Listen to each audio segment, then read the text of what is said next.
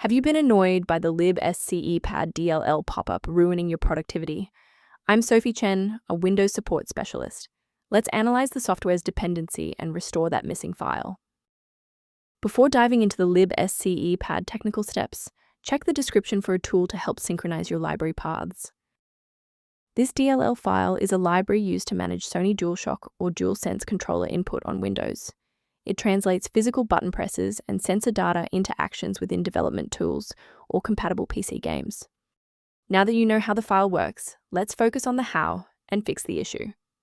The Libscepad.dll is a third-party application file associated with Sony PlayStation SDK.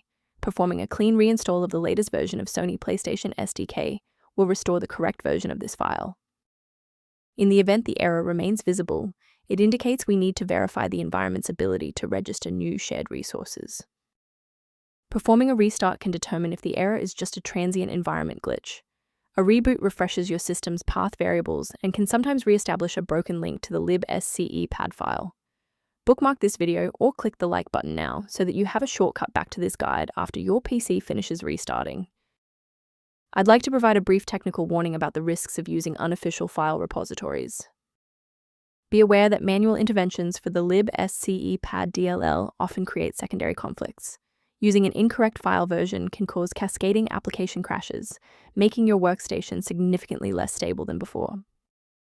To ensure your system remains within verified parameters, you might choose to use an authorized maintenance path for ongoing support. For general system upkeep, the maintenance-related tool linked below includes information relevant to the Libscepad. To ensure you always have a professional diagnostic path for future the Libscepad or system errors, hit the subscribe button and keep this channel in your toolkit.